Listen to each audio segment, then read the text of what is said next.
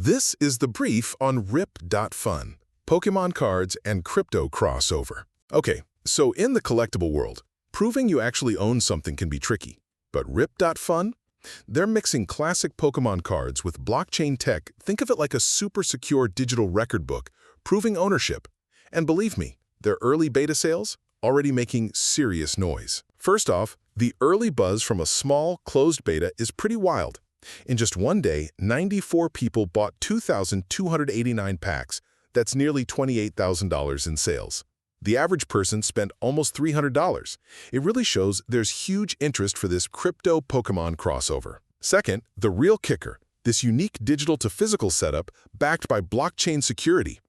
Every digital card you pull has a real physical version stored by Rip.Fun, ready for you to redeem. Pack openings even get recorded on video for legitimacy. It's all built on the base blockchain, an efficient digital ledger making ownership records totally clear and, tamper-proof. And finally, it's more than just packs. Rip.Fun's building a whole ecosystem. Instant trading, collection tracking for rewards, an XP system for perks, and a marketplace is coming. Plus, a pre-sale for their Rip token, their platform currency, is live, hinting at future uses. Bottom line, Rip.Fun offers a new, verifiable way to collect and trade Pokemon cards, blending digital innovation with that physical authenticity.